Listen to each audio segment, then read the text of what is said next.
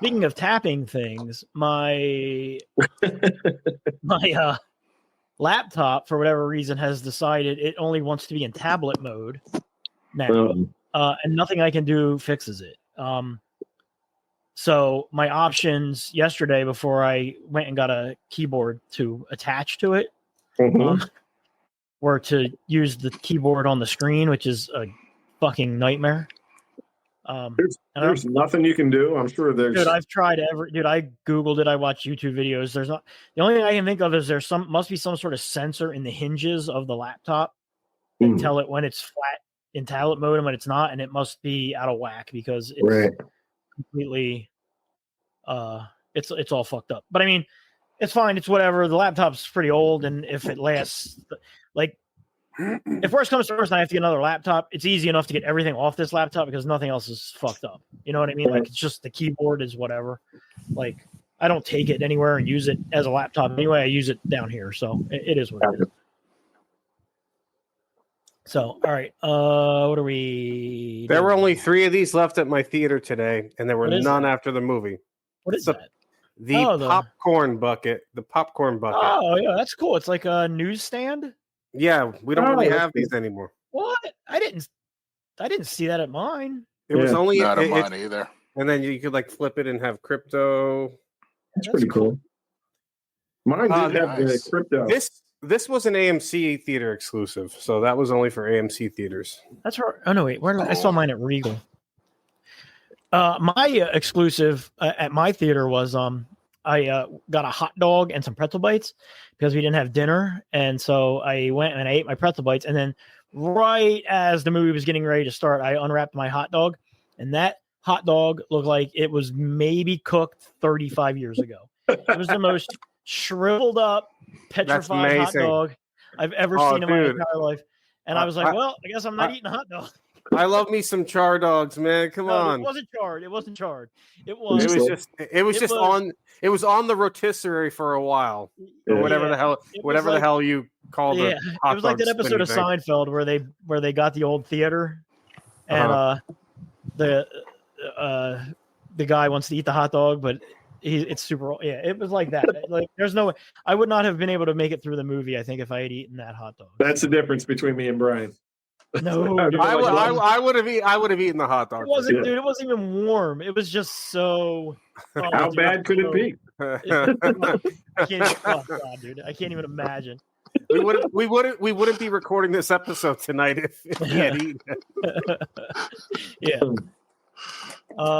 Hey, how do you guys feel about Jalen Hurts being the 9th best quarterback in the league? I think it's bullshit, but whatever. You know what I say to that? Yeah, I know. Yeah, we're back to the ball, so. I thought it was bullshit too. Like I'm not even. I couldn't even lie. Like my whole thing is, I'm like, keep on feeding the bear. You know what I mean? Keep on feeding him because he's just hungry. He's hungry. Yep. He's gonna do big things. He's gonna get eaten up by Abdul Carter this year. That's what's gonna happen. I didn't see the list. What? Who was ahead of him? That should have been Justin Herbert's ahead of him. So no. Yeah. all the other Super Bowl quarterbacks with his 2 touchdowns and 4 interceptions in the playoffs to Hurts's 20 touchdowns and 4 interceptions in the playoffs. Who's listed? Everybody's ahead of him does not have a Super Bowl ring. Were they? Okay, but I'm gonna guess then. I'm gonna guess they had to have only been counting regular season, right? I have no idea what they count. It's so stupid. Are you ready for some football? All right, let's start this shit for real.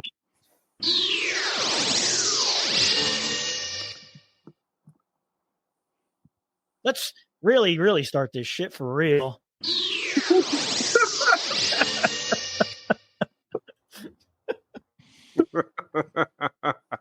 Is it going to start?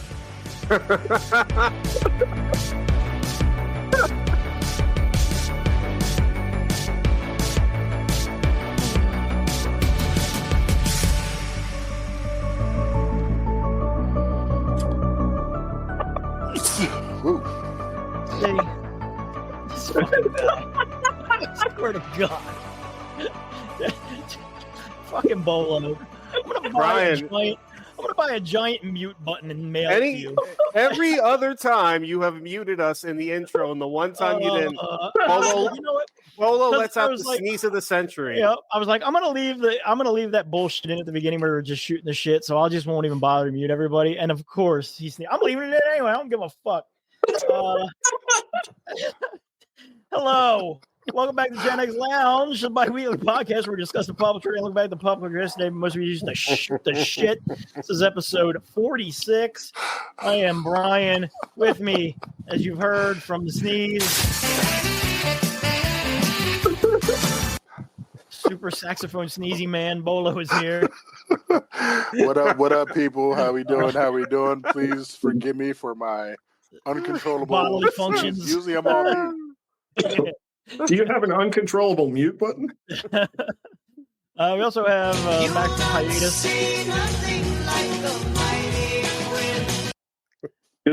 Bolo.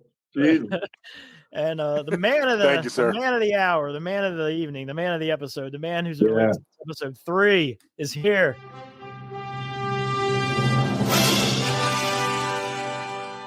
That's Dutch. He's here. Hi. Dude, this show's off the rails already. What's up, homies? Oh God. So I legit almost died about an hour and a half ago, and I am not lying. How's that? I made usually on Tuesdays we do tacos, and if I'm feeling particularly lazy, I'll just throw a bunch of chicken thighs in the crock pot to shred to make chicken thighs with. But for whatever reason today, I decided I was going to buy chicken breasts. So I bought chicken breasts, and they don't stay as juicy in the crock pot.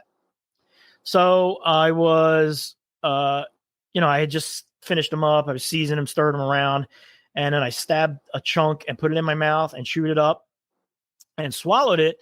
And they're not super moist. And when I swallowed it, I got about a third of the way down my throat before it just completely expanded like a sponge. Oh, shit. And so I started choking. And then Brandy was like in the other room, and she kind of heard me like hacking. And she's like, "Are you okay?" And I managed to squeak out a no before running into the kitchen, where I was now like completely bent over the sink, packing, like trying to desperately to get this thing out of my throat. Right. And then, after about what seemed like 10 or 15 minutes, I disgorged what appeared to be the size of a small drumstick from my throat. And it sucked. Was there a Heimlich maneuver involved? Or no? It was real close, like real close. But so wait, you didn't throw any like bone broth in the crock pot with your chicken? I threw some. I threw like some not tomato paste, but like diced tomatoes and a little bit of water and some seasoning.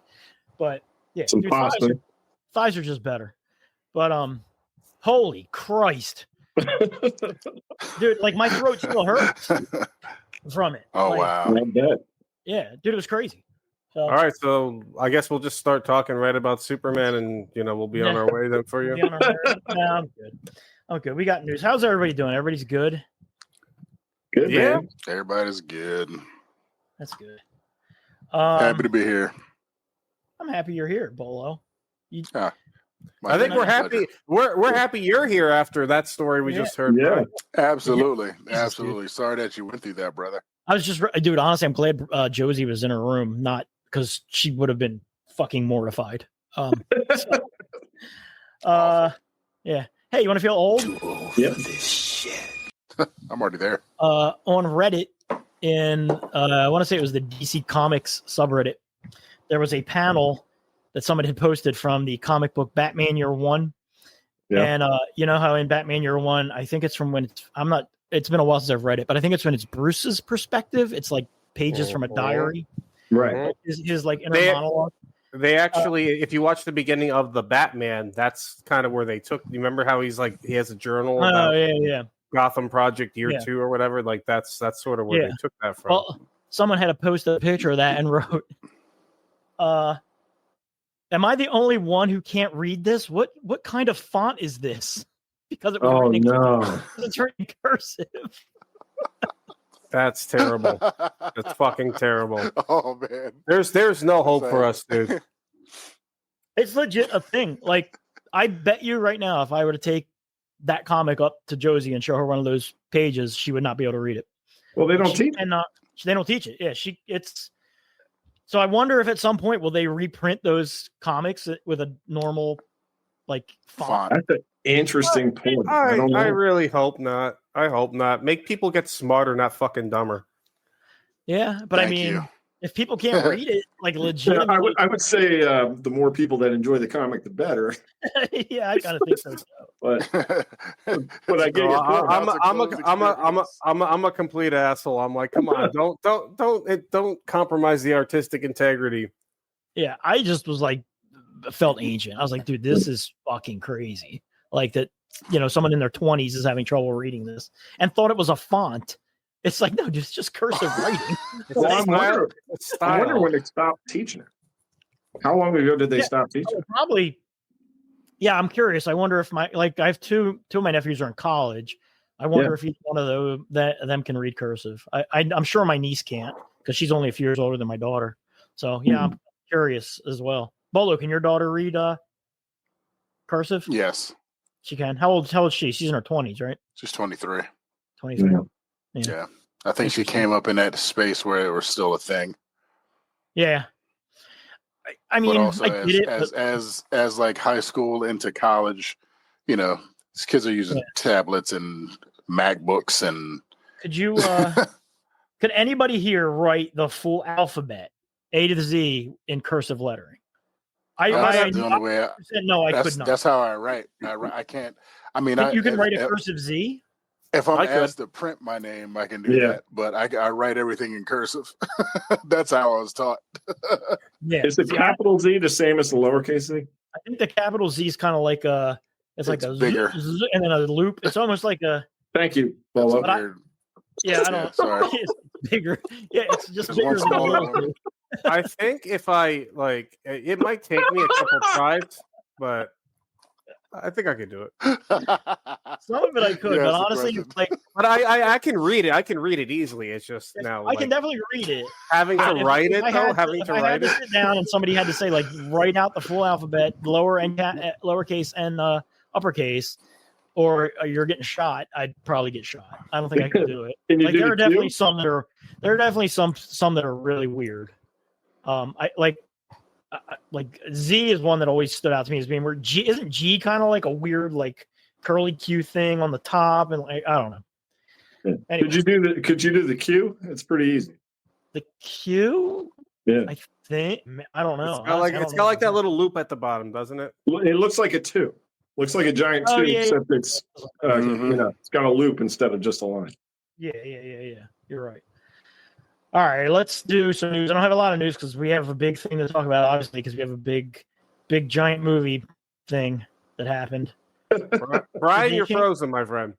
They changed the layout of everything with this update, so I don't know where any of my buttons are.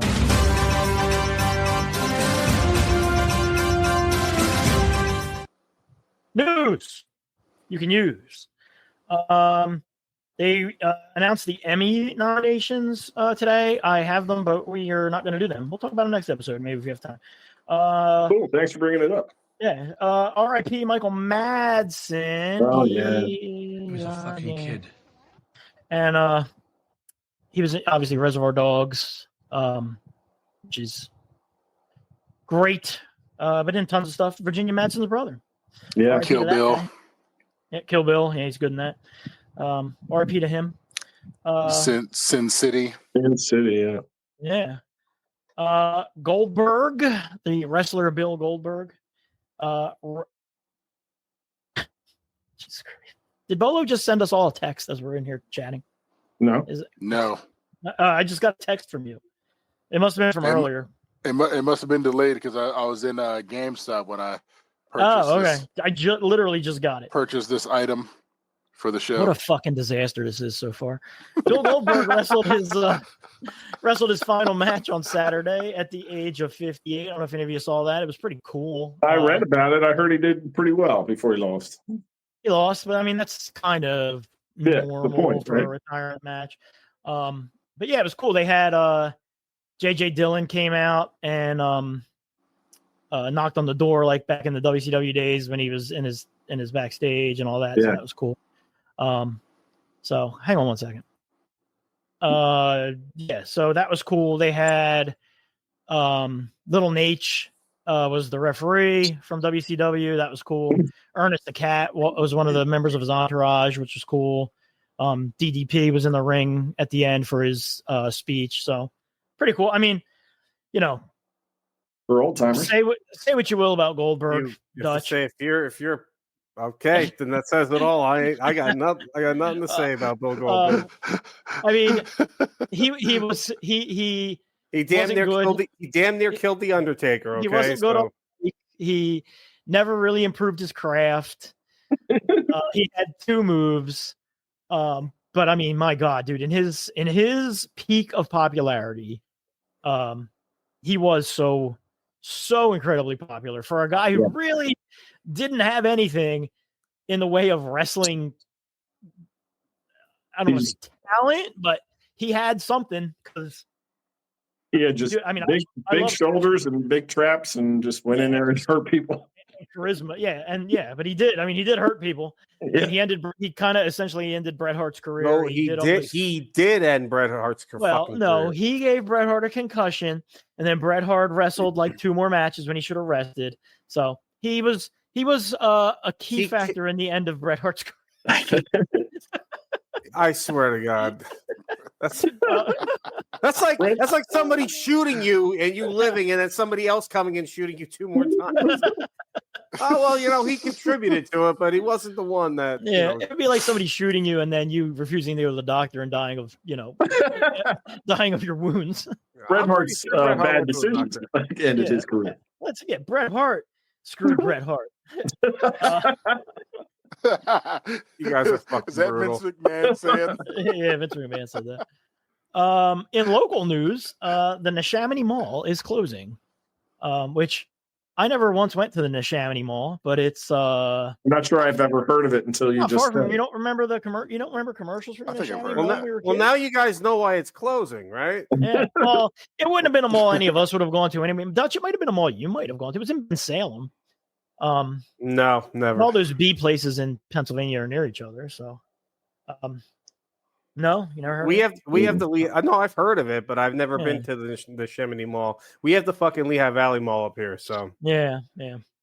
What else we got? Amazon has tapped Star Trek Beyond and Mindhunter writer to helm their Mass Effect TV show.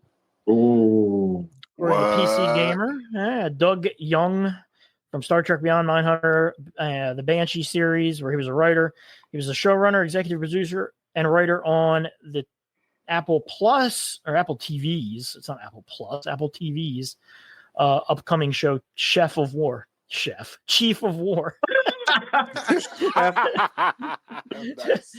That's great. But who are the chefs? Hello, children. It's like great googly moogly. Dutch Quinn, you love yourself some Mass Effect. That's my favorite video game series of all time. Mass Effect 2 is probably my favorite game of all time. Yeah, so if done right, that could be amazing. Yeah. And then speaking of Mindhunter may return as 3 feature-length Netflix movies after meeting with David Fincher. That's according to Variety. Did you guys watch Mindhunter? That show was. I loved Mindhunter. Mindhunter's good. Yeah. That's the FBI profiling show. Yeah. Yeah, based on the real actually how they came up with the way to track serial killers and what a serial killer was. That show was awesome. They had to kind of fight against their own department to so cool prove their methods. Yeah. And then probably more pertinent for me and Dutch, but this past 2 weekends ago, the Back to the Beginning concert, festival, party, whatever you want to call it, big retirement shindig for Ozzy Osbourne took place.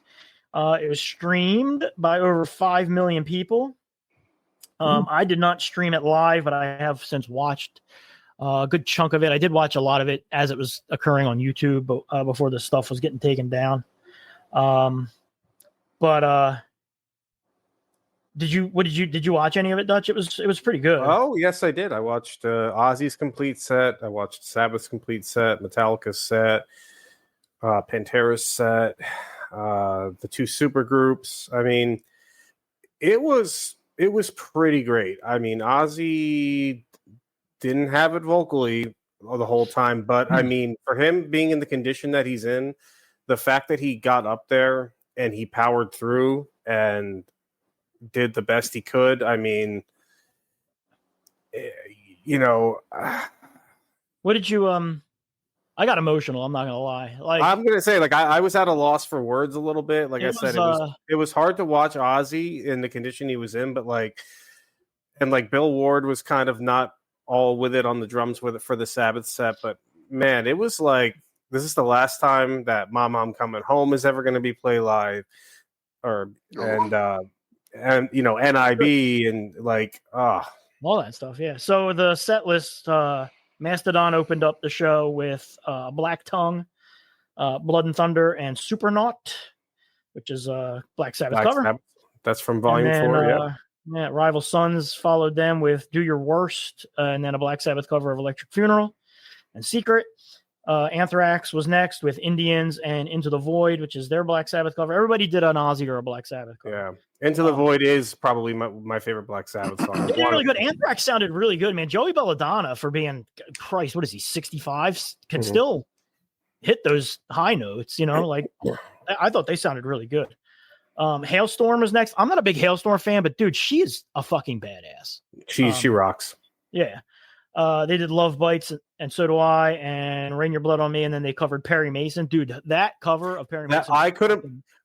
I thank you for reminding me of that, because when they busted that out, because that's like almost like a forgotten Ozzy album. Osmosis. I love that song too. That is the album that made me a fan of Ozzy. That was my introduction to Ozzy, was Osmosis. And like Perry Mason is such a heavy ass, awesome fucking tune. Yeah, dude, she killed it. She was so good, dude. She's just fucking great. Like I mentioned it before on the show that Skid Row brought her out to be their vocalist for a tour, and I can only imagine that must have been fucking awesome, because she is fucking killer, dude. She is fucking great. Lamb of God was next. They did Laid to Rest, Redneck, and then covered Children of the Grave. They had a say what you want about Lamb of God, dude. Their pit was fucking awesome, and Randy is a great front man. Like he is such a good front man. And then you had the super group, and they played The Ultimate Sin, and that was Lizzie Hale, Nuno Betancourt, Jakey Lee, David Ellison, Mike Borden of Faith No More, and Adam Wakeman.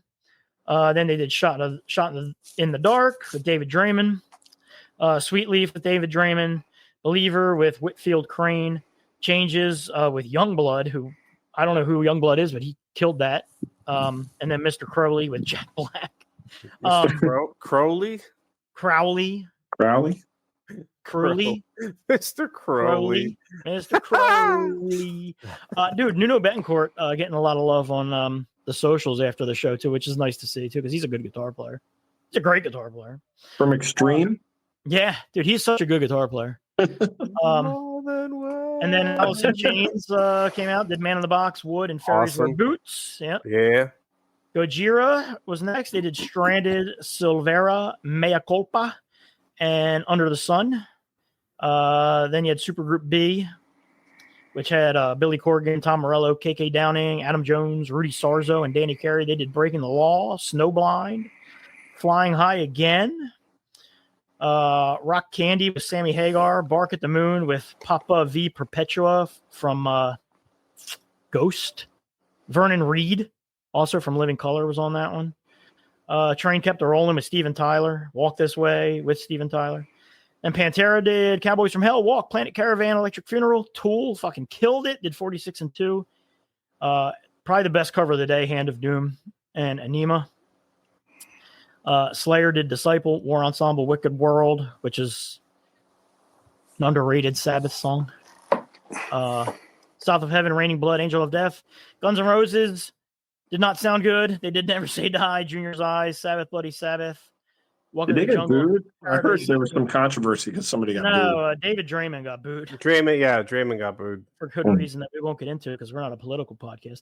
Metallica did Hole in the Sky, Creeping Death, For Whom the Bell Tolls, Johnny Blade, Battery, and Master of Puppets. And then Johnny Blade was a surprise. Yeah, that's a not known song. That's like off of Never Say Die. That's like I know, because Never Say Die is my least. I think everyone's least favorite Ozzy Sabbath album. Although I love the title tune though a lot. That's great. It's got good songs on it, but it's not, And then Ozzy, of course, came out and did I don't know, Mr. Crowley, Suicide Solution, Mama, I'm Coming Home, Crazy Train, and then Black Sabbath did War Pigs, NIB, Iron Man, and Paranoid. Yeah, dude, it was cool. I know we kind of shit talked it when we first brought it up on the show, but it was good. It went as good as you could have possibly expected it to be, given the circumstances. Yeah, and maybe even better.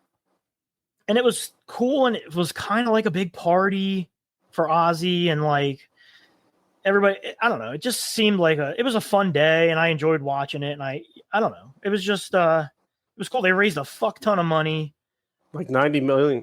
About $90 million. Yeah, all for charities. That's awesome. None of the bands got paid. $90 million. Is that right? Much, $90 million? How much did Live Aid make? I don't know. But I mean, yeah, it's awesome. So good shit. Yeah, cool. 90 million seems like a ton. I know. I feel like I need to. Pretty sure that's the number I read. I feel like I need to research that, but I'm not gonna.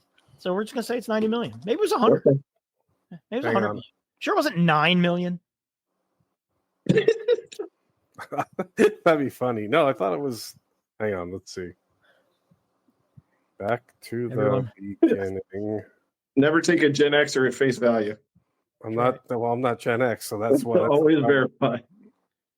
The article was written in cursive. That's why he got the number right.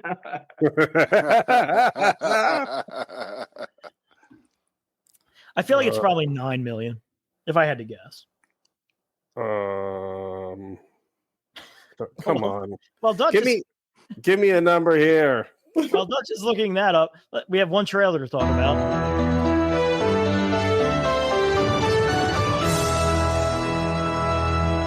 Coming soon to a theater near you.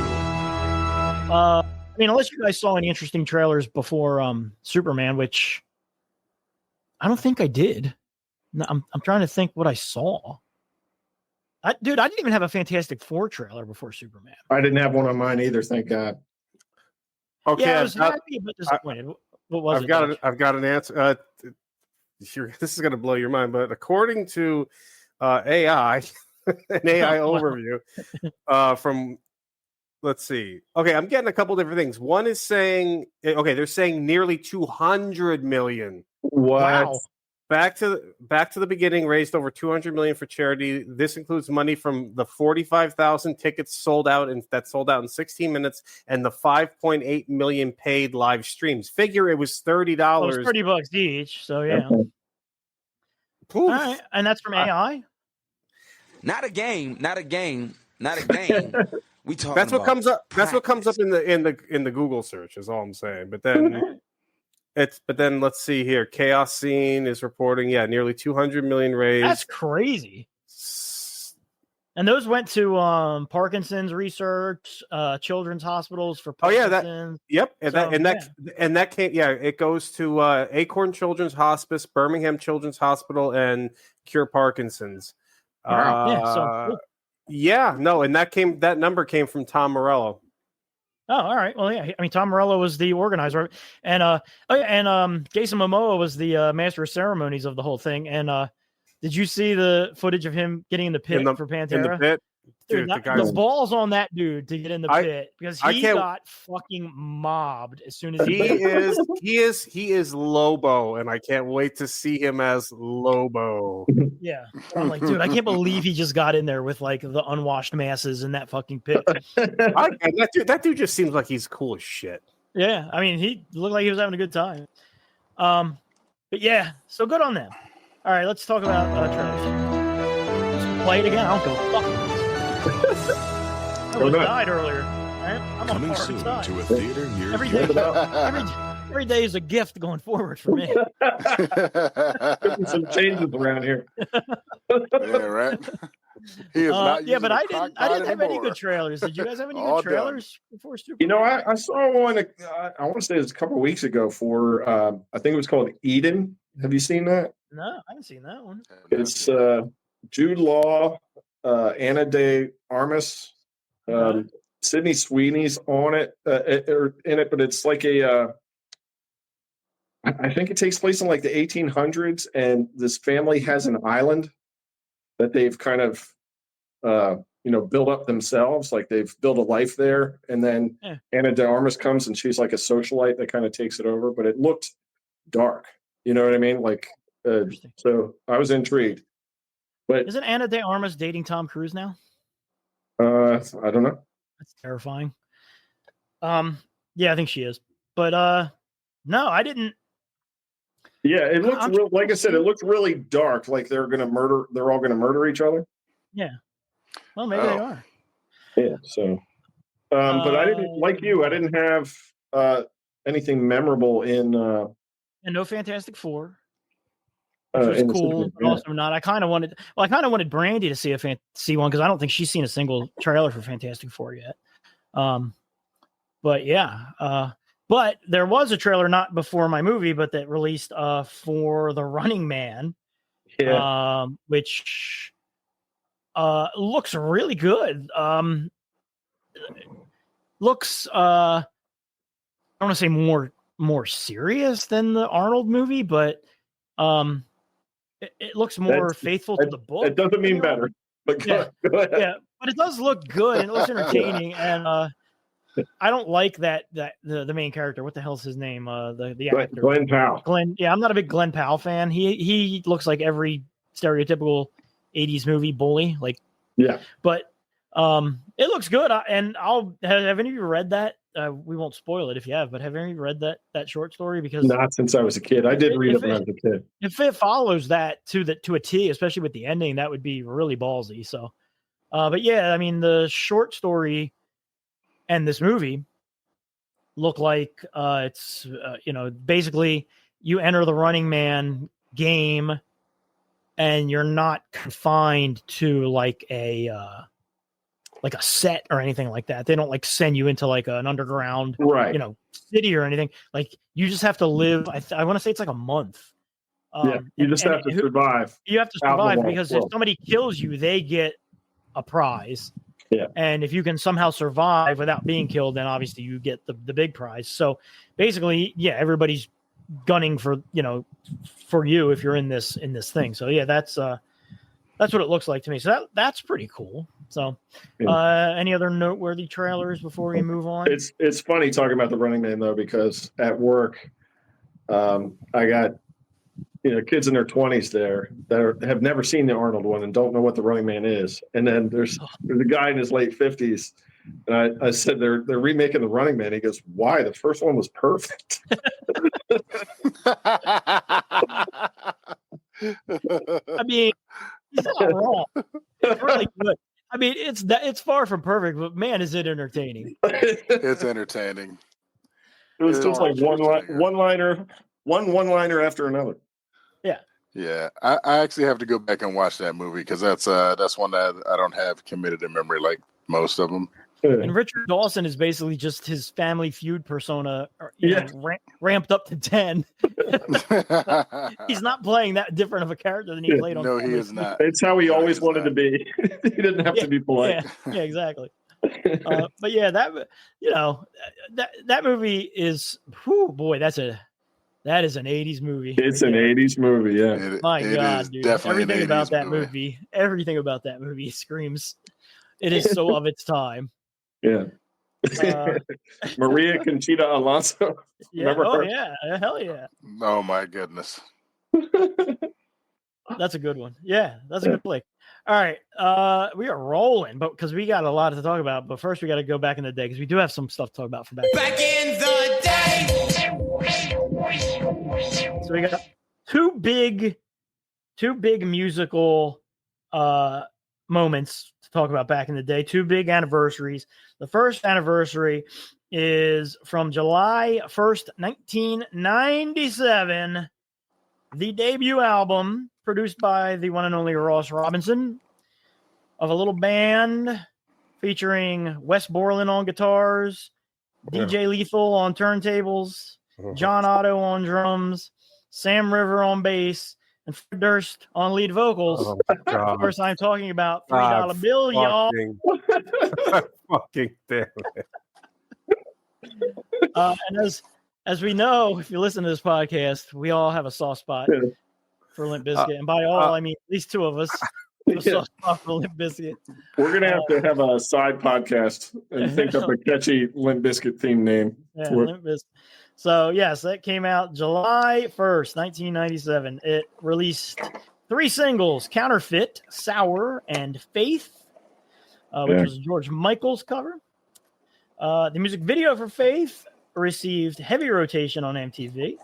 It ended up on Total Request Live. And that's the song that kind of broke them, if anything would have broke them. The album gained popularity all the way through 1999. And it took till March of 1999 for the album to actually hit platinum. But it did go double platinum, but not until July of 2001.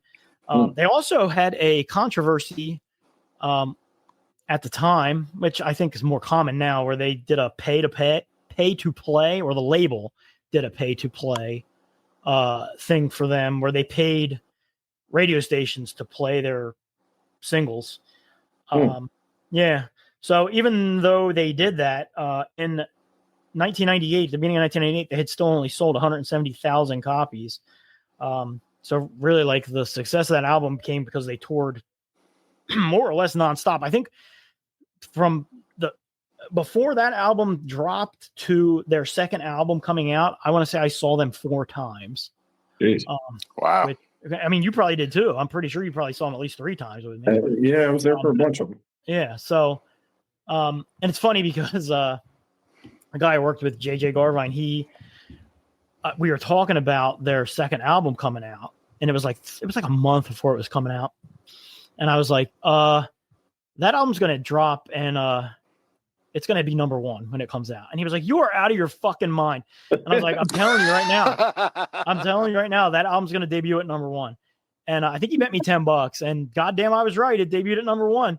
And it's off of that Faith video just being played non-stop before that album came out, but it did debut at number 1. So good on them. And then the second big anniversary, which is 40 years ago on July 13th, 1985. Big event organized by Bob Geldof to fight the famine in Ethiopia. And that, of course, is Live Aid, which took place at 2 locations. It took place in Wembley Stadium in London and at the John F. Kennedy Stadium in Philadelphia. And 72,000 attendees in London, 89,000 in Philly. Both concerts took place on the same day. And it was a pretty big deal. It raised a fuck ton of money. Right, all day? It was televised all day. It was televised all day. It was on ABC here and also MTV. Played it all day. It started at 7 a.m. Here because it needed to tie in with it starting in England. Raised a lot of money, raised awareness for USA for Africa. Obviously the big performance by Queen is one thing most people remember. So the show started at noon in London. The first band was Status Quo, who I don't know. The Style Council followed them. Don't know them. The Boomtown Rats, I kind of heard of those. Yeah, Adamant was next. Ultravox was next. This is in London now, right? So this is the London. This is the Wembley. British band. Yeah, this is the British. Yeah, Spandau Ballet. Yeah. Hey, I remember them. Yep. I remember them. Yeah. You know what? Fun fact about Spandau Ballet. You know where they got that name? No. They got it from the Spandau prison, which is where they took the Nazi war criminals prior to their trials. And after they were sentenced to death, they would hang them there, and they called them hanging. They called it doing the Spandau Ballet. That's much more butch than I would expect from that band. Yeah, but that's pretty rad, right? Yeah, that's pretty rad. So yeah, they're like, he's going to do the Spandau Ballet because they would, bring from the Elvis Somebody Costello. fact checked that, but it seems legit. No, I actually knew that. I actually read that before, like 3 or 4 weeks ago, and I had it in my notes to just randomly bring up. And then I saw that they had played, and I was like, "Oh, cool, I'll bring it up." So yeah, Elvis Costello was next. Nick Kershaw, I don't know who that is. Nick Kershaw, is he the one that sings? He sang. I think he sings. Wouldn't it be good? Yeah, wouldn't it be good? Is one of the songs he sang. Yeah, wouldn't it be good? Wide Boy, I don't know what that's about. I don't know what that is. Sade was next. Yeah. And then you had Sting, Phil Collins, and Branford Marsalis. They did Roxanne, Driven to Tears, Against All Odds, Take a Look at Me Now, Message in a Bottle, In the Air Tonight, Every Breath You Take. So that's cool. Then they did Brian Ferry. I don't know, Paul Young. Then U2, a young up-and-coming band called U2. U2 played in Philly, though, didn't they? No. It says here they were in Wembley. I could be wrong. I thought they were in Philly. I thought they were too. Maybe, hang on. I know Phil Collins.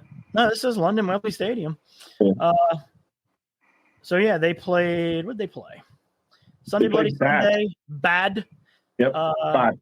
Yeah. It's a song called Bad.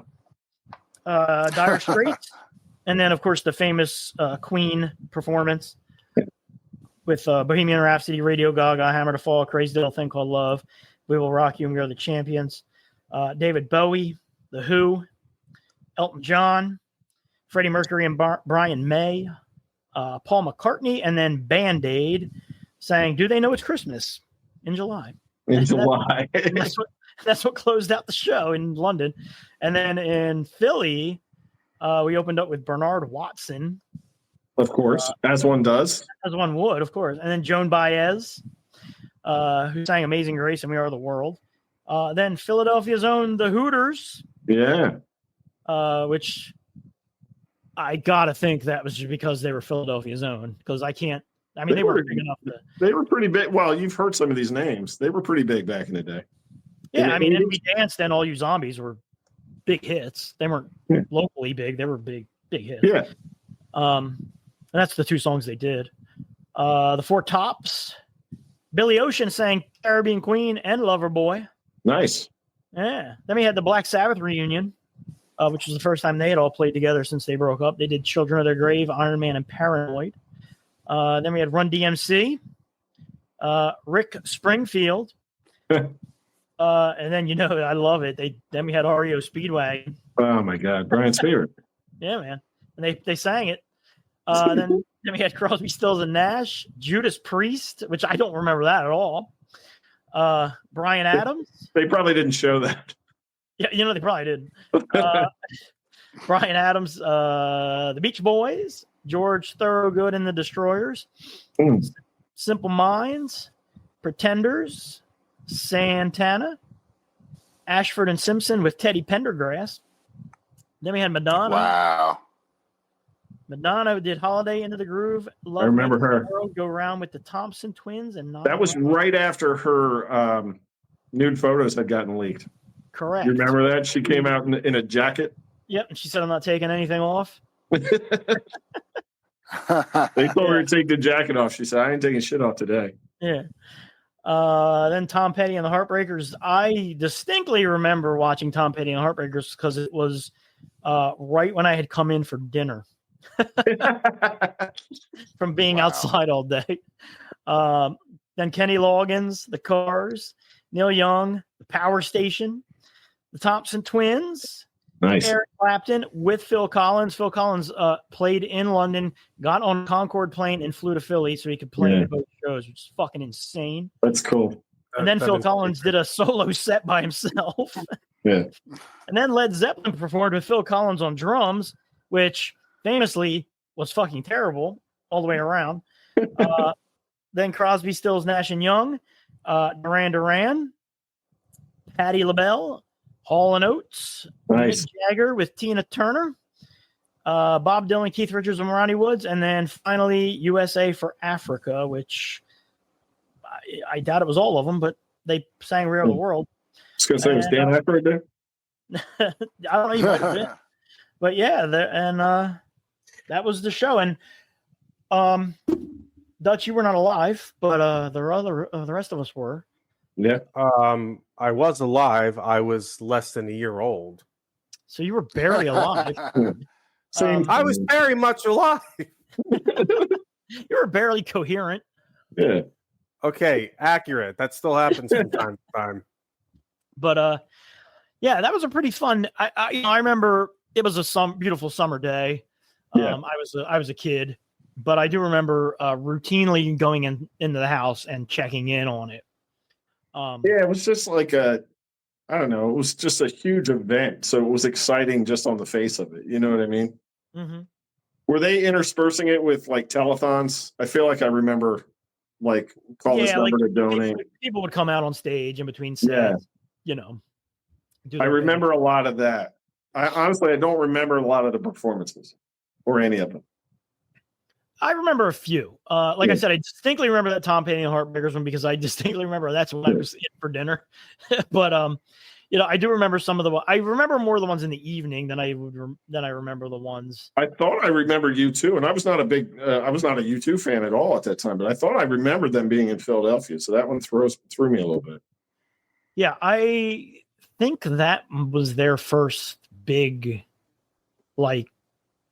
anything, you know what I mean? They were already a known band, but I think, that was a performance that a coming out party for them. Yeah. A couple of summers ago, me and Brandy watched just whatever the anniversary was. We were hanging out and we watched a ton of clips on YouTube of it. And there's a lot of good performances. Some of them are not good. The Queen performance obviously is, awesome. an all timer. Yeah. And I do remember watching that. I doubt it was live when I watched it, but I remember watching it that night because I think they would also cut to previously. Yeah, Queen performed or whatever. Yeah, it was almost like a golf broadcast where they're like on the 17th hole. Yeah, this just happened. Yeah, and much differently than this Ozzy Osbourne thing that just happened. I mean, it wouldn't have been the same anyway. But at the time, your options on a Saturday night were. I mean, I would assume a fucking ton of people watch that on TV. Yeah. And the fact that it was in Philadelphia has always been pretty cool to me too, because you would think that they would have done that in New York or LA or somewhere else. So it's pretty cool that was. Well, JFK was a huge stadium. Yeah. That was where that was was that the twin stadium to RFK in DC? I don't know. They named similarly. I don't probably the older brother. I would think. Which one did they implode first? Ooh. Damn. Too soon? Terrible. All right, guys. This is the part of the show where we talk about shit we've seen on TV or in the movie theater. And now, our feature presentation. All right.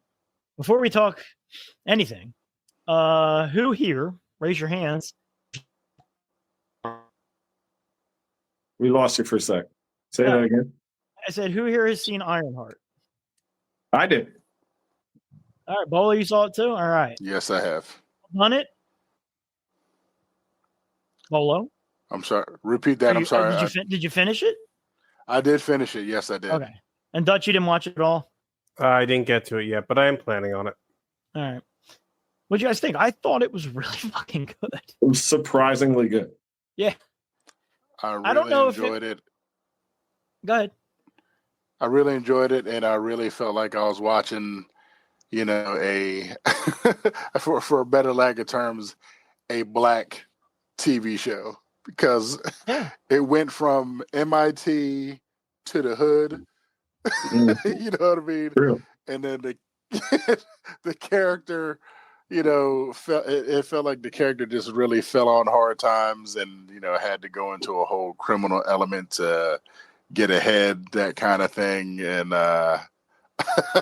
and then like the dialogue really felt overly urban, so to speak. I was like, you beat me over the head. I'm already black. I mean, did you think it was like pandering? Because I didn't think it came across as forced. No, some of it did to me.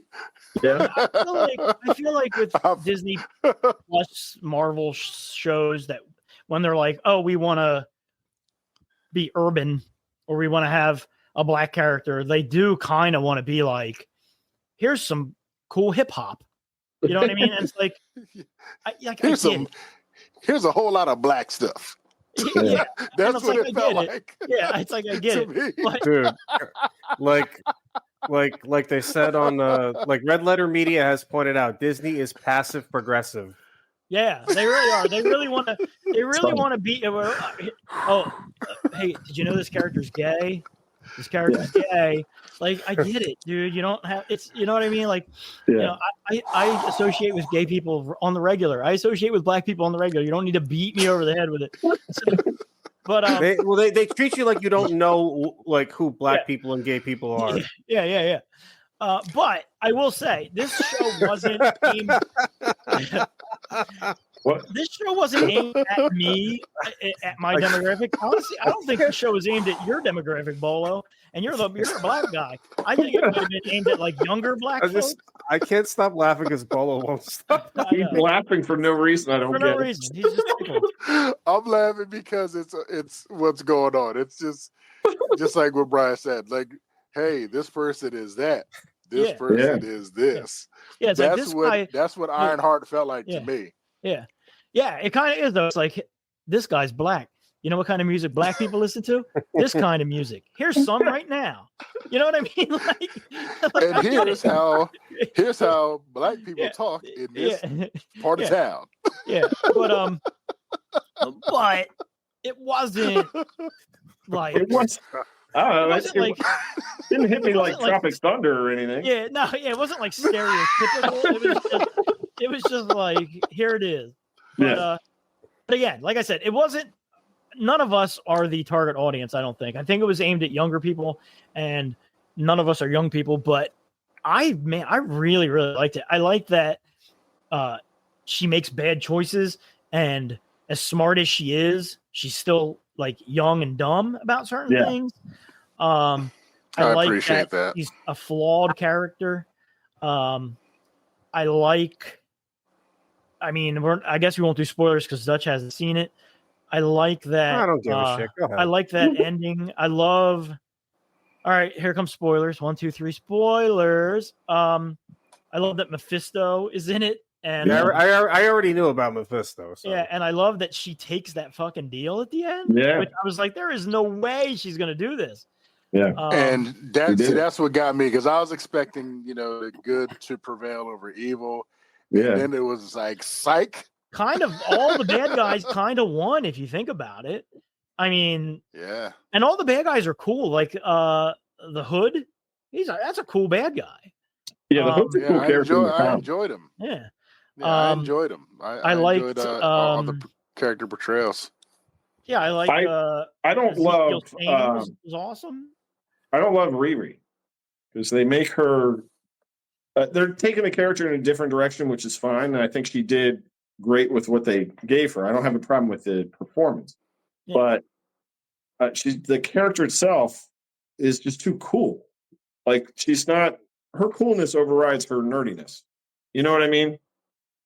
Like, yeah. I follow you. I follow.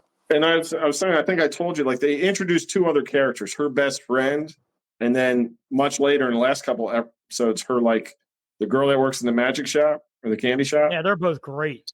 But the last one in particular would have been a great Riri. Just from the sheer, I mean, she looks like a nerd. They made her look like a nerd.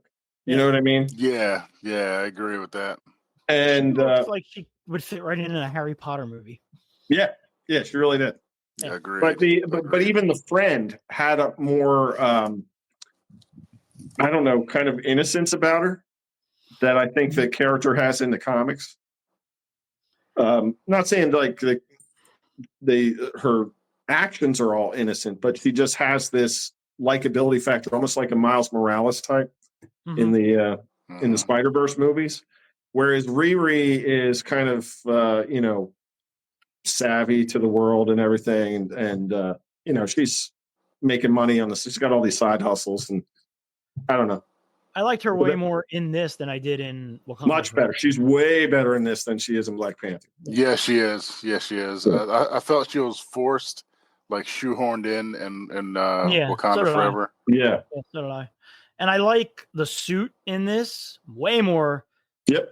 Than in the. I love a chunky Iron Man suit that actually seems like it has some actual weight to it, and like and functioning machinery in it, not just and it moves in a way like it would actually probably move, and it isn't a bunch of just random shit that comes out of his hoodie.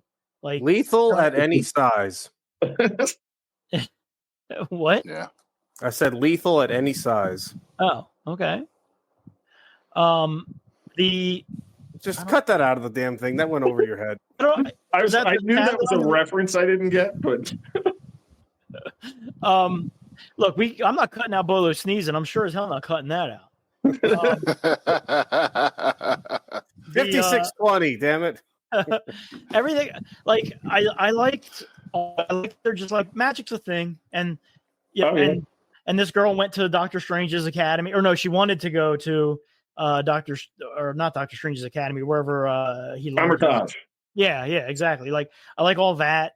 None of that stuff felt like they were wedging it in for like necessarily something in the future. It just all felt like a very natural part of the world. It was really interesting them trying to scientifically attack the get a piece of the hood. You know what I mean? Yeah. And analyze it was like science versus magic at that point. Yeah. I thought that was cool as hell. Yeah. And Sacha Baron Cohen is awesome. He's really good. Mephisto. He's so good. He's in there briefly. I was surprised at how good he was in this role. Dude, he's a great actor. Yeah, he actually is. Very good. But yeah, I liked it a lot. So that is that's go ahead. Stain, Obadiah Stane's son. Yeah. Adds so much to the show. I can tell you, I don't really remember how his storyline wrapped up. Like I was thinking about that the other day. It's like, what happened to him? He just went and did his own thing too. Like everybody in that show is still in play for anything going forward. Like none of them, nobody died, nobody got incarcerated, nobody got caught. You know what I mean? Like everybody is still very much. But what is that kid's name? Except the one guy who died. Yeah. Well, yeah. But about the guy who played Stain, that's he played Han Solo. It's Alden. That's what I was about to ask.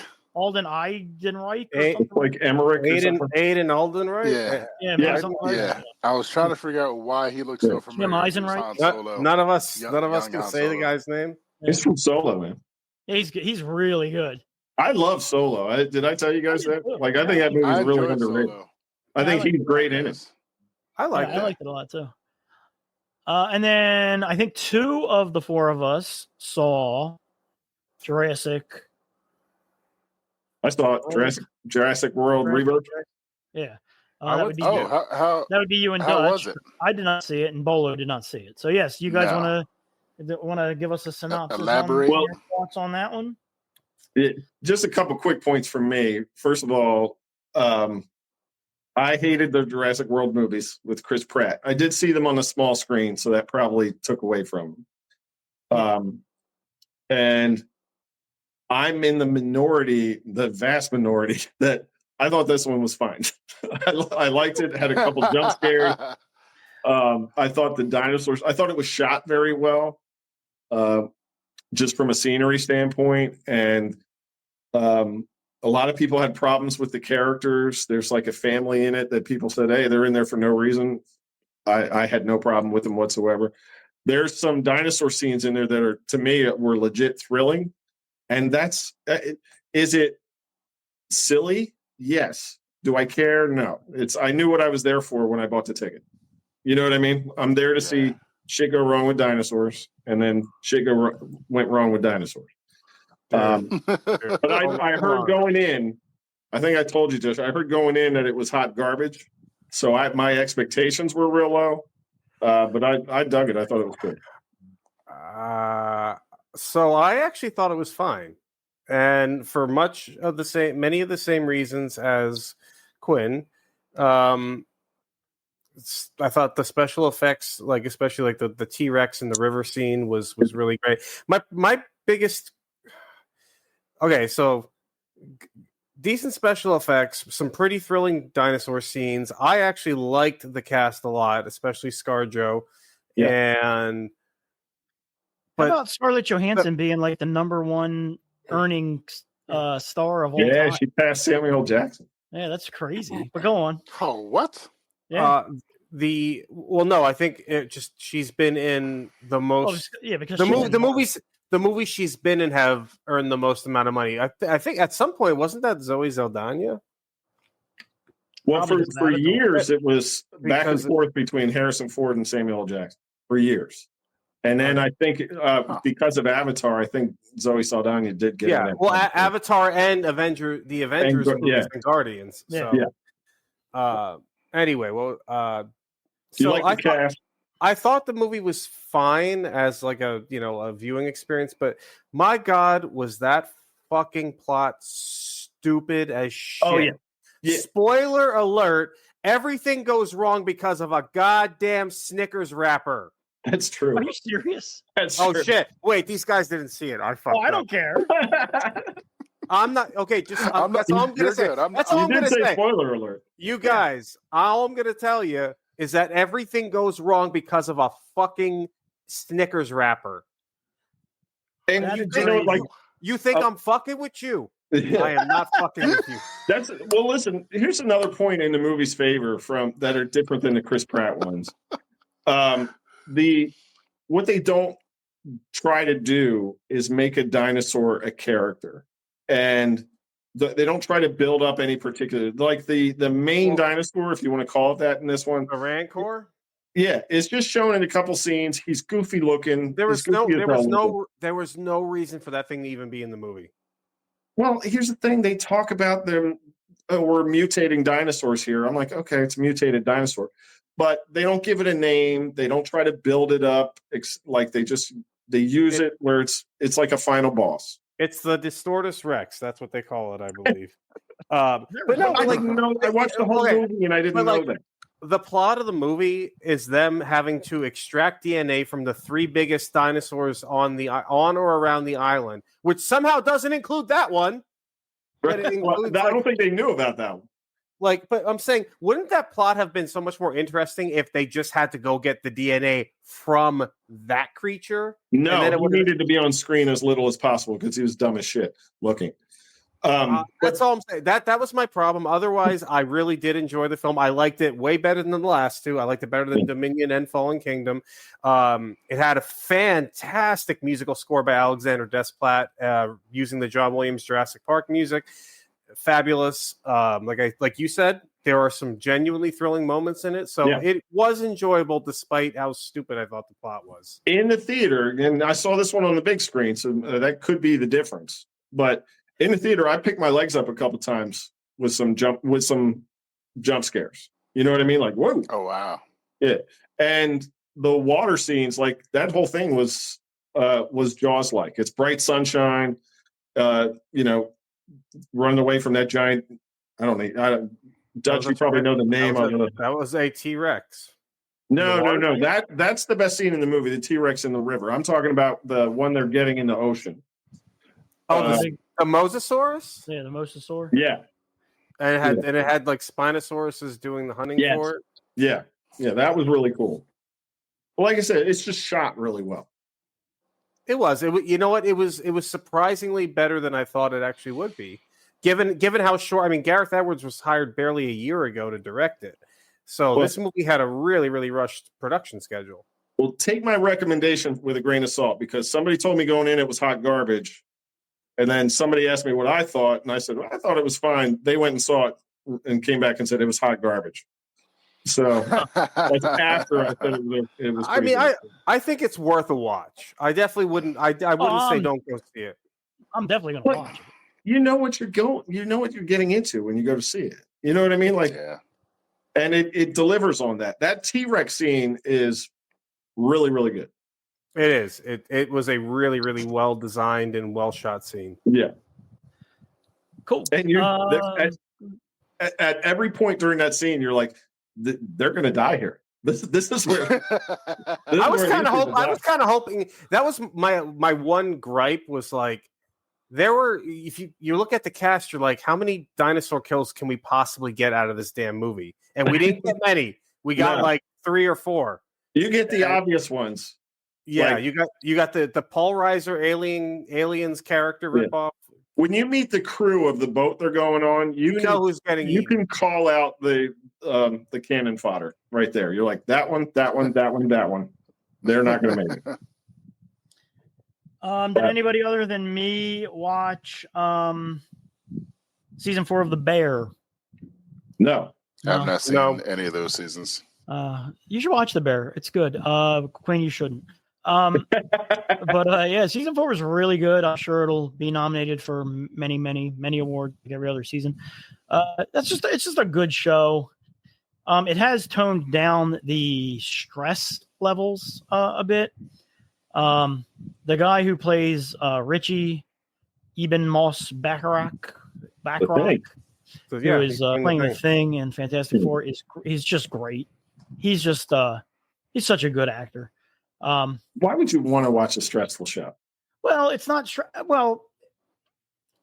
I watch TV to relax, man.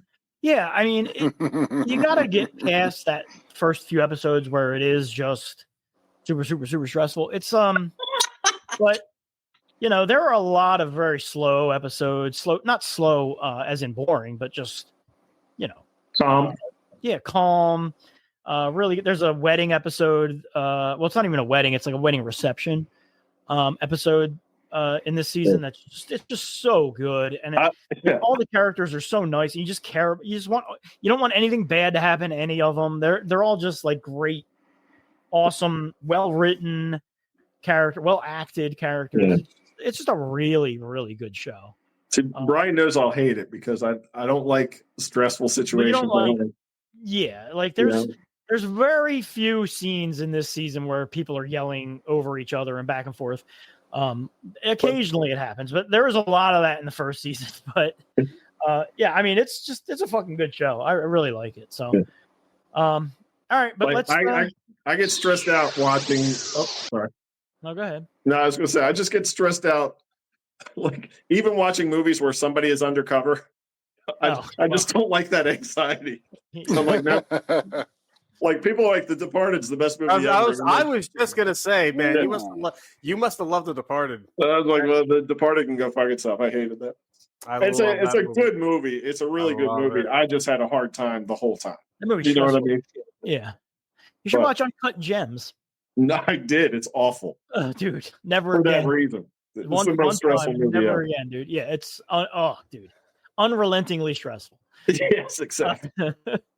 All right, let's move on. Yes. The main event. The main event, which of course, Superman. We all saw Superman at least once. Oh, at least once. Dutch, you've seen it twice, right? Well, you've seen it twice also, right? I've seen it twice. You are breaking up, my friend. All right, hang on. All right. So like I said, we've all seen it. Dutch, I will allow you to go first. It's fun. You were on this podcast. I want to say it was episode 3 because I wanted to talk about how you wanted Superman to go going forward. And it's just funny because it's such a fucking buildup. So what did you think? Finally, you get to the theater, you sit down, you see this movie. Dutch, what do you think of Superman? Well, I've seen it twice, including this afternoon. I was actually in the theater 4 hours ago watching this movie. And the first time I watched it, I said I really, really liked / borderline loved that movie. And it was almost like kind of shocking to me because like we get pushed right into the pool in that movie. I love the way it's just introduced, like with the title card. By the way, spoilers. Yeah, this is going to be spoilers from this point on. This is filled with spoilers.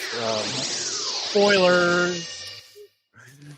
I just loved it. 3 centuries ago, metahumans are exist. 3 decades ago, baby sent to Earth. You know what I mean? Like they're just giving us like the rundown over like the John Williams theme on the guitar, which I thought was just really awesome.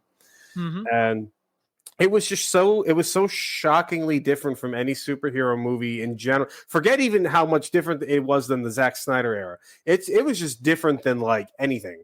Yeah. And I was surprised because like it is like the least James Gunn film that James Gunn has ever had. Yet I think it's as good as at least his, like Guardians 3. I'm not quite sure if it hits the high of Guardians 1 for me. But after seeing it again today, I will say loved it so much more on the second viewing because like I kind of already knew what to expect out of it. And it's just a movie with so much going on, so much action, and it's 2 hours long.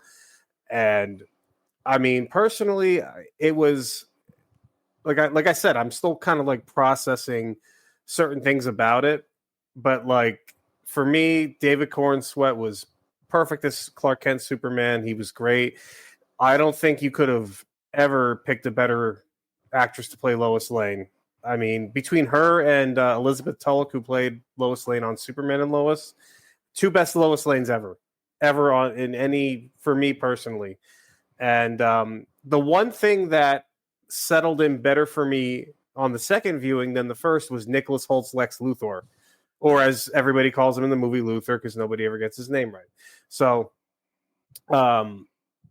I thought at first I didn't know what to make of him. I thought he was like a bit hammy, a bit over the top. And one of my bigger problems was they didn't do enough show, don't tell. Like he monologued a lot. And in this, when I saw it the second time around, it sort of settled in, and I think I got it a little bit better this time. Yeah, well, all in all, having only seen it once, it felt like when you were a kid and you got you were walking through the grocery store and you begged your parents to buy you a comic. I just really want this Superman comic, and you took it home and read it, and it was like a giant splash page, and it was like the third part of a 3-part story that you didn't read the first 2 parts of, and there's all these characters and that you don't really know. You kind of have heard of them, but you don't really know who they are. But they're all cool, and it's not necessarily confusing. You're definitely coming into it where everything is already kind of established. You know what I mean? And I say that in a good way, because I don't need to see him come to Earth. I don't need the backstory of Hawkgirl. I don't need the backstory of Lex Luthor. We just take for granted that this is a world of metahumans and superheroes. Yeah, this is a world that exists already, and it's fine. And it felt like that. It felt like when I was a kid and I would take this comic book home and I would read it and I would be like, holy cow, this Green Lantern guy's really cool. I don't really know anything about him, but he's cool and he's kind of a jerk. And you know what I mean? Or like Hawker, like it was just kind of like that. It felt like it was the most comic book movie.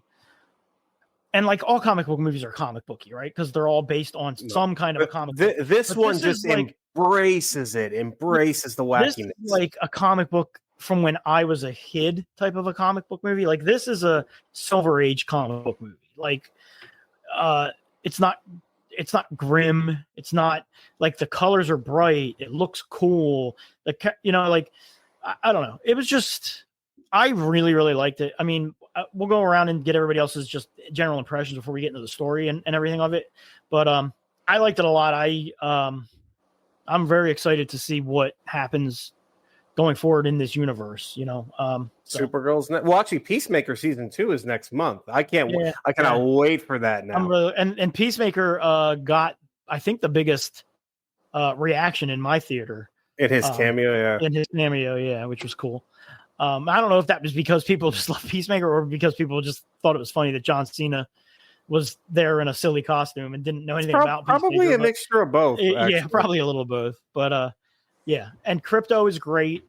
All the stuff with Crypto is great. Lex is great. Miss Tessmacher is great. I love Jimmy Olsen being what Dutch? I think we lost Dutch. Dutch just went but yeah, Miss Tessmacher was cool. Yeah, I loved Lex. I love that he was just like a tech bro, which is totally appropriate for 2025. Dolla, what'd you think? I enjoyed this movie. The comic book enthusiast, superhero movie watching part of me loved this movie. The critic in me did not, but again, I saw it twice. And here's the thing. This has nothing to do with the whole Man of Steel stuff. Uh-huh. There were some choices that were kind of weird and zany. Hawk Girl, the whole bird noise thing. That dude, I loved it. I loved her Hawk Girl screech. Her screech was awesome.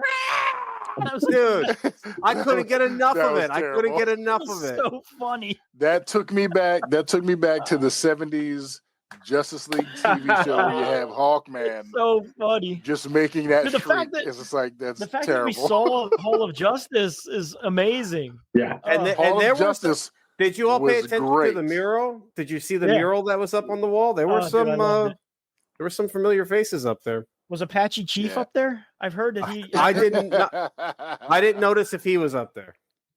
Yeah. Dr. Fate was definitely up there. Nice. Again, I mean, I did enjoy this film. I saw it twice. David Cornsweet is Superman. I liked his portrayal. I really did. Lois Lane was fantastic. After seeing Lex Luthor twice, I was like, this is one of the best portrayals on film for this character. I love the fact that he was motivated to just like legitimately kill Superman. Like I thought that was great.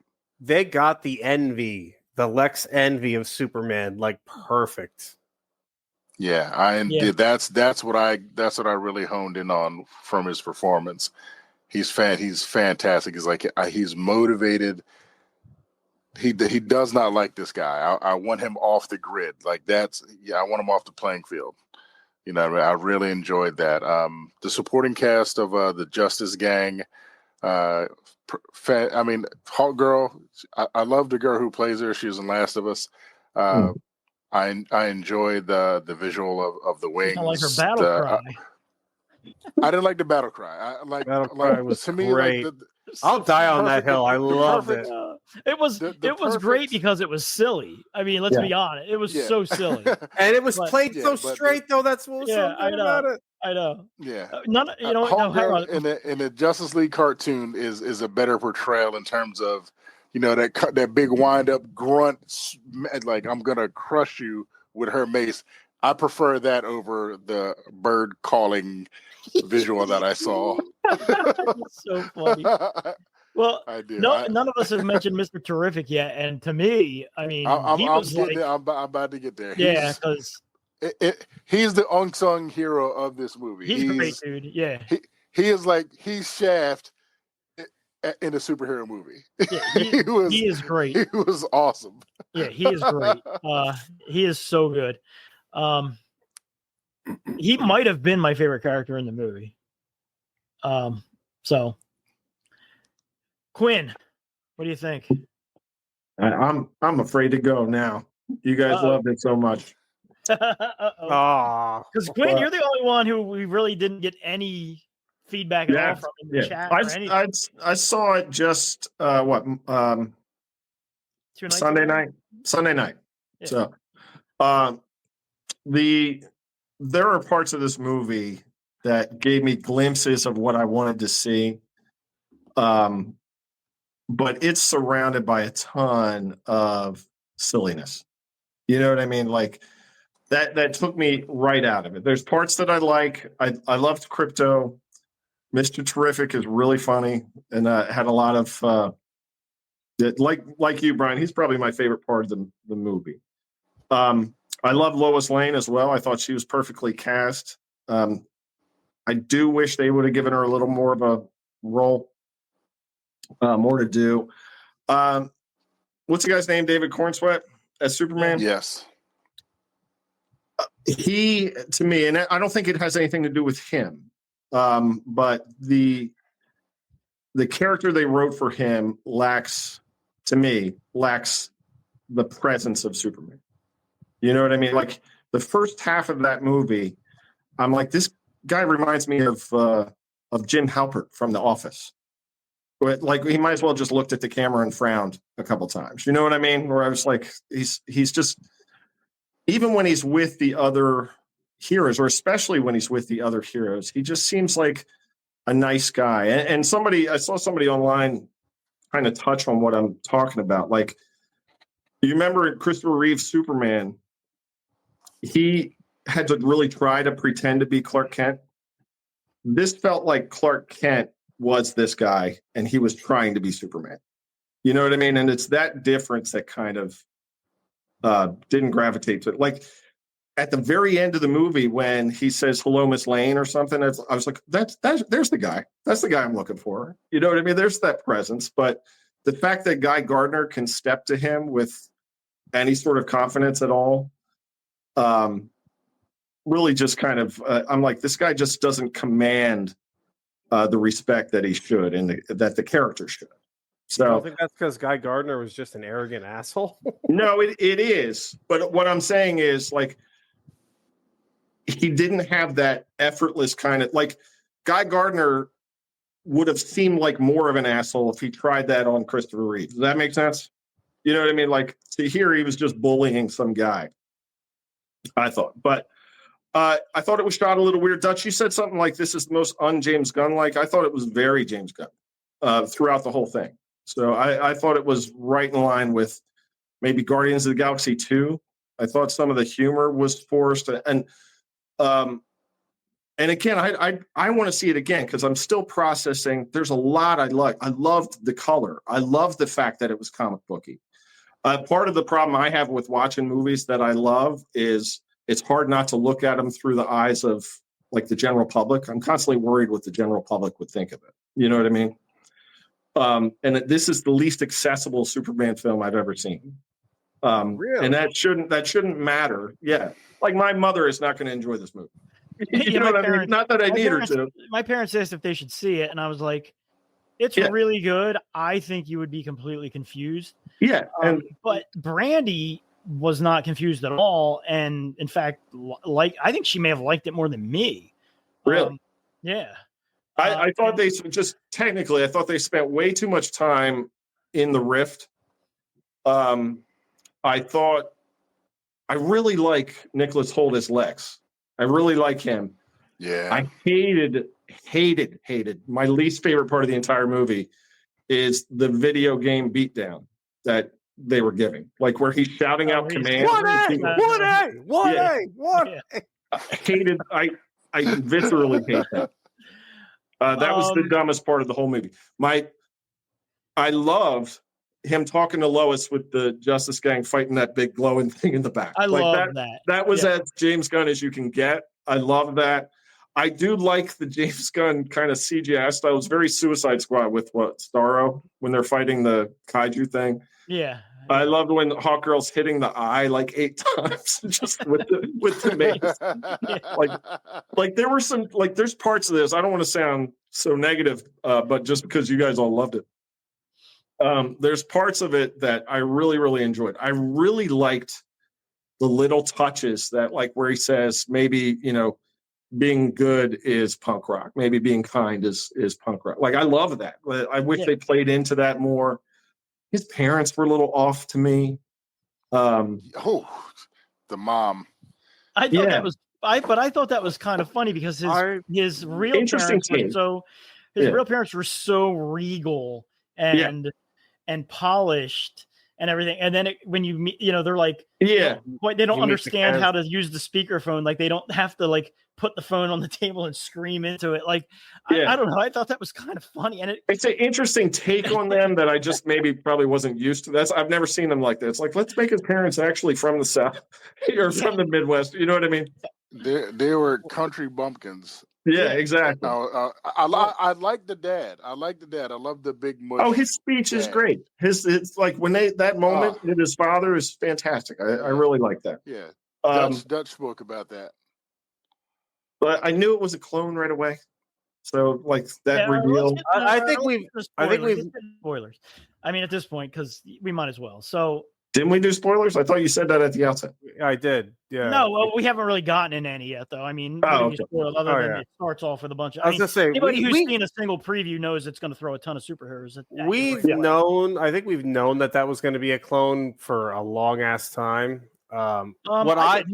The thing that I got wrong was I was so sure that thing was going to become Bizarro or start like. Oh, it definitely will become Bizarro, right? Because so he's going to hopefully Bizarro World to become. Yeah, that's definitely going to become Bizarro. Yeah, I thought a couple of quibbles I had with it, and these are spoilery. He does get his ass kicked a lot. Yes. But and Quinn, you're right. He is sort of passive to the other heroes. Yeah. But I think that is because he's only been doing it for a certain amount of time, and the first meeting that we get of him, he's just lost his first fight. And and then you find out the only reason he's lost that fight is because he's essentially fighting himself. Yeah. With someone who's studied everything he's done for the last 3 years, controlling that version of himself, which, so everything he's done to that point isn't going to work. So he's got to figure some things out. I mean, like I think one of the first things he says is like "golly" about something, and I liked that though. You know what I mean? Yeah, me too. I wanted to see a corny ass Superman so bad, and he delivered in every aspect. He's just really good, and I love him as Clark. I would have loved more Clark. I like him as Clark too. I think he's a good one. I would have loved more daily play. I think that this movie could have been like 20 minutes longer because I'm like, I wanted to see more of Wendell Pierce as Perry. Yeah. Like, I'm like, what? Where did his role go? Did they leave it on the cutting room floor? Yeah. Like, did they sneak in the fact that his glasses? I love that, dude. Thank you for freaking bringing that up because I don't know. I think I might have mentioned it way back in one of the earlier episodes.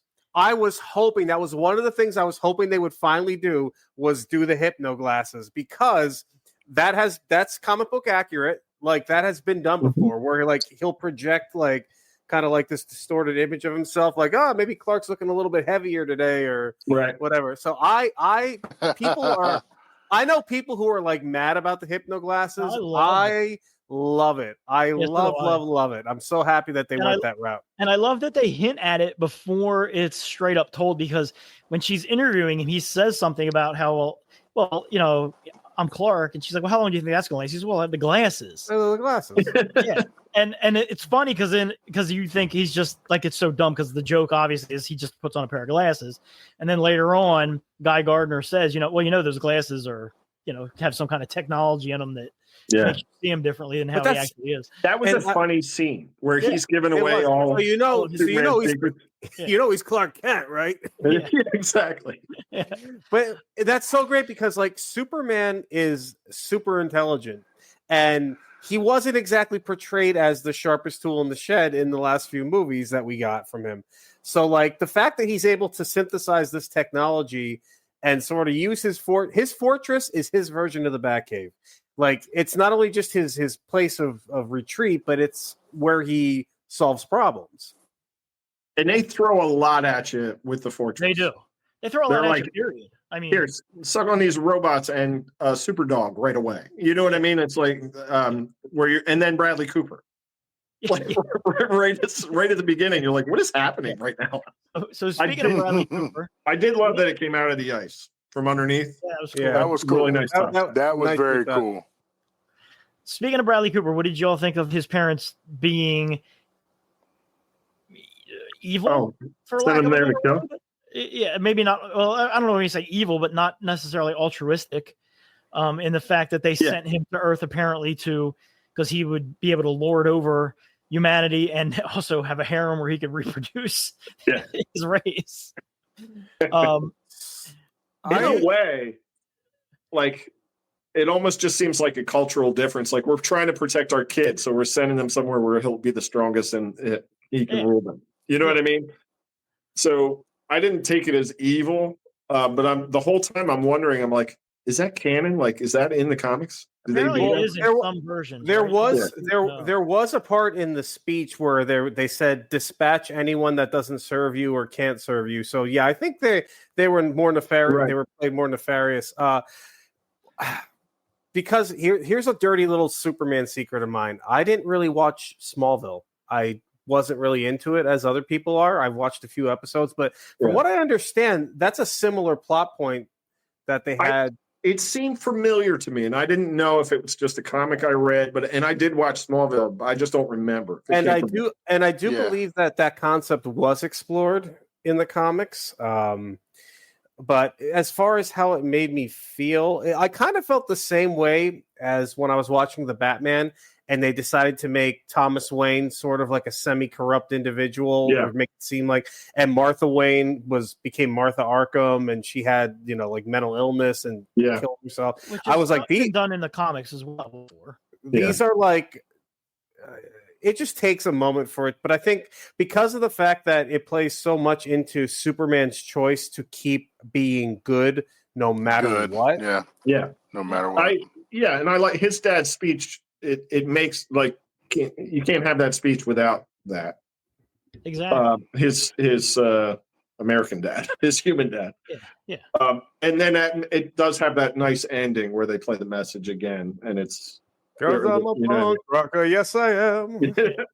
But yeah, there's moments in it like that. Sorry, Brian, where they, where like little touches, like when Hawkgirl smiles because she's kind of inspired by him towards the end. You remember that? Yeah. Like there's those little touches that I really liked that I wanted to be center stage or at least a bigger part. So I am excited to see where this universe goes, but I want a more confident Superman, one that's more, like I said, has more of a presence. That could be. I feel like Batman would beat the living shit out of this Superman. I can build to that though. I mean, for it being the first in a, I don't ever want to see Batman and Superman fight again. No, yeah, I'm fine with that. I don't need to. They can bicker. They should have like that. They should have that relationship that they have where they're like the yin and the yang, flip sides of the same coin, and neither one of them necessarily likes how the other one does things, but they're still friends and they'll never betray one another kind of deal. I like Lois Lane. She was great. I like that their relationship is already established. Same. And we don't have to do the will they, won't they, and we don't have to do the will Lois Lane find out Clark Kent's actually Superman. Like, she just straight up knows. It's cool. I'm glad. I love at the end when he takes her to do an interview, and he actually just takes her so he can make out with her for a minute. Yeah, that was fun. Perry White's like, how long they been hooking up? About 3 months. I love that. I loved, I love Wendell Pierce in anything. So give me more of him. Jimmy, I love how he had it. He had his cigar when they were flying in the T-craft. Like he never puts the damn thing down. That Jimmy Olsen is apparently some sort of a super stud. Yeah, that was funny too. They're all like talking about him. So weird. I like that there was a Miss Tessmacher and an Otis in the Lex Luthor's crew. Well, dude, there are really breaking up. What is hopefully. All right. So I like Jimmy Olsen being a stud. The chick who played Miss Tessmacher, Lex. I liked him a lot. Sarah Sampaio played Miss Tess or Eve Tessmacher, as they call her in this. Hang on. Damn it, dude.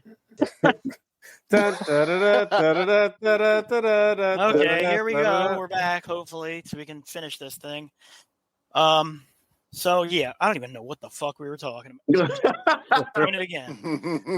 You may want to just explain to the audience what just happened because they might be a little confused. Technical issues. I'm very confused by many things. Hang on. Screen. Yeah, thankfully I have a touch screen. So yeah, so technical issues. My internet sucks. My laptop sucks. My mouse wants to make my screen bigger and smaller instead of scrolling like I'm asking it to. So it's all just freaking awesome. What were we talking about? Lex, maybe?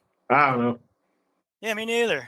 I think we were talking about Lex being. I was pretty happy with him all in all. Kind of being a tech bro was cool. He looks great. He looks right out of the comics. I will tell you what, I couldn't believe that they actually showed him putting a bullet in that dude's head. That's what I was going to say. That was awesome. Yeah, he really goes from being like a kind of like smug, smarmy bad guy to like a straight up sadistic, straight up like evil. Yeah. Yeah, he was a little more unhinged than I would like. But I did like what Dutch was talking about, him playing up the envy that he has of Superman. That's his primary driving force. Yeah, that was great. Just openly talking about it and admitting it. Yeah, and like I liked all the Justice Gang. I thought they were cool. Metamorpho was fucking great. I liked Metamorpho. I thought that whole Quinn, you thought that was too much in the pocket dimension.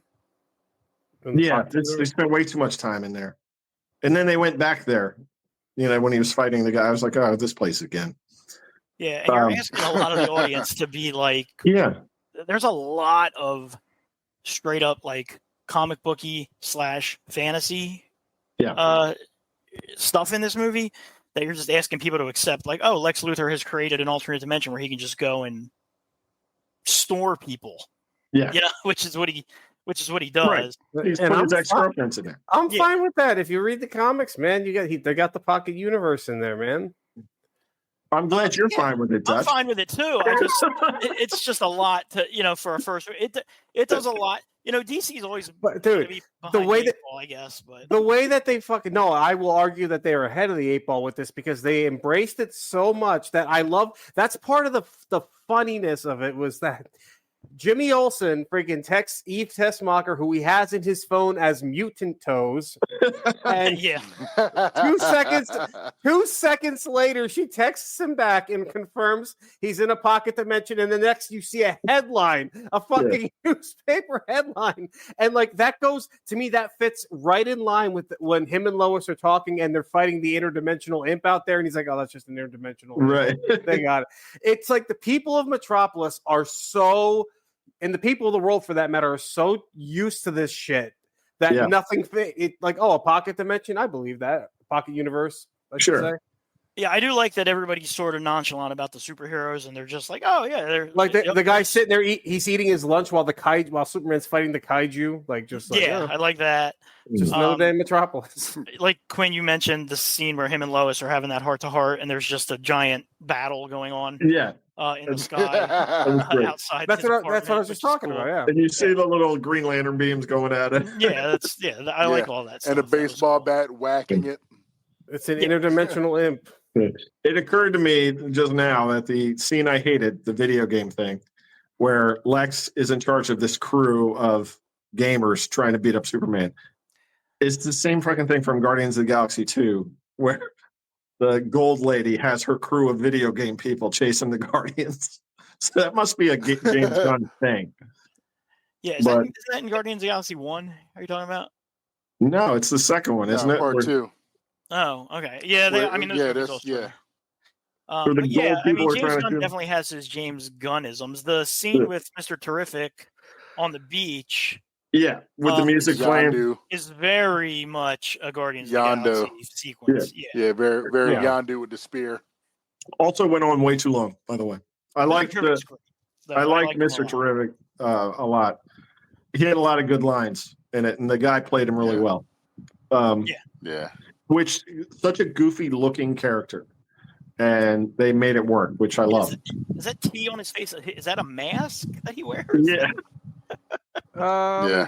I guess That's supposed that's to the be. black guy who It's died funny. in the X-Men First Class. Oh, I Yeah. know. Yeah, he Yeah. played What he he played always- Darwin. Yeah. Yeah. Yeah, Edie Gathegi, I think his name is.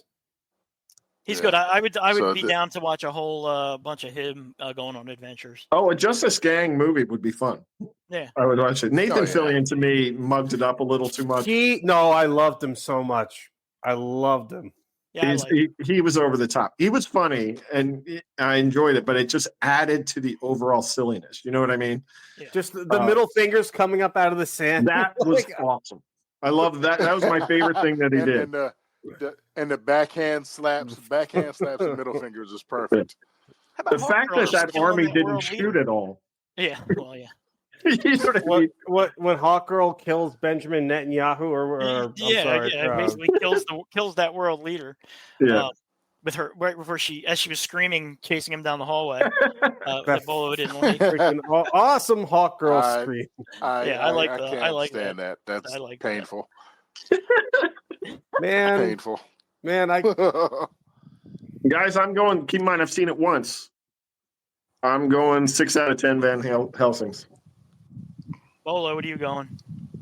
I could agree. Essentially, it's like the fanboy in me wants to give it 7, but the critic wants to give it like a high 5. Whoa. You know, 6ish. And I say that because it's What do you give like Black I Adam? like this movie. I like this movie, but I want to love it. You know what I mean? I did enjoy this movie, but there's a few things that pull it down for me. But, There's a lot to love in it. Just overall, it's kind of a mess. Yeah, but it's I give it a high 5, close to a 6 out of the Van Helsings. I think I waver between a 7.5 and an 8. So I'll say, having only seen it once right now, I'll go with a 7.5. And I'm exactly right there with you, Brian. First viewing, I gave it a 7.5. Seeing it again, I'm a solid 8 on it now. Yeah, cool. I think it's really good. I think it's a good start to hopefully a good cinematic universe. Next 10 years of coherent DC. Yeah, there's a lot of promise with it. So it doesn't kill. You know, even though it's not perfect or not what we expected, it doesn't kill any future projects. No, that's up a pretty cool universe. It's off. And that's all. Good start. That's all it had to. That's all it had to do. Like Warner Brothers, more so. Like the movie's not going to make $1 billion. Like, and it never had to. No. I never expected it to make $1 billion. I think if it tops out between 500 and 600, I would like to see it be closer to 700. I think the studio's happy just because of the fact that it has been critically well received. Like it's, I think, sitting at an 83 on Rotten Tomatoes, and the audience score is still in the low 90s. So that's like, thousands upon thousands of verified audience members. So I mean, I think they were looking more for a movie that was going to rehab DC's image, and I think that, and Superman's image as well. He's like really like Superman is the original crown jewel of the DC. So I think this movie did both of those things. It has rehabbed Superman's image, and it has given people reason to trust what we have going forward. I think that James Gunn and Peter Safran are the right guys in the building for this job going forward. I agree. I will agree with that. I'm looking forward to it. I'm really looking forward to Supergirl after seeing her cameo. That was cute. Yeah, I liked her a lot. Yeah. So, and I'm looking forward to Peacemaker. With Jason Momoa in the role he should have been playing all along. Yeah. But the fact that she's obviously not a Boy Scout, you know what I mean? Oh, like she's the complete opposite. She went through trauma. That's what I'm saying. Like that, the fact that they, that was great with that explains how Crypto's acting. You know what I mean? Oh, yeah. And she's she loves him, just acting like that. Yeah, he's like smashing her face into the ground. Yeah, no boundaries. That was great. Yeah. So I like that because otherwise, a lot of times in the comics, she's just a weaker version of Superman. You know what I mean? The way they have her. I think her movie's going to be based on Woman of Tomorrow, right? Which is the most famous. It run. is. It is. Yeah, and it's like they really play up like I said, her and James Gunn has even recently said, Superman was raised by the Kents very lovingly, and that's why he's this noble and beautiful person. Whereas like she has a shit ton of trauma and she's a bit of a mess as he's described her. So I'm interested in seeing that because that gives us a good way to see how a Kryptonian that still has good, in her or in that person, but we don't have to have like an evil Superman or anything like that. You know what I mean? And she's not evil by any means, but it'll be interesting to see how they go about showing her trauma manifest. But Supergirl with any personality at all is an improvement. You know what I mean? So I'm looking forward to seeing that. Yeah. All right. I think that might be the show. Glaring any technical issues in the next 30 seconds. Anything else that we missed? I don't think so. No, man. Fantastic Four next, yeah? Fantastic Four, yeah. Next episode will be Fantastic Four. What a friggin' month of movies. So yeah, we got that coming up. We'll probably talk about the Emmys a little bit and whatever else pops up between now and then. That is what we'll do. If you could tell your friends about the show, we would appreciate it. That's how we get more listeners. If you want, you can give us a 5-star review. That would be cool. And that's it, right? I think we're done. Are we done? Yeah, man. Catch you next time. Yeah, that'll work. We're done. They moved all my buttons. It drives me up the wall. Oh, here it is. Here's my outro button. All right, guys. Thanks, everybody, for listening.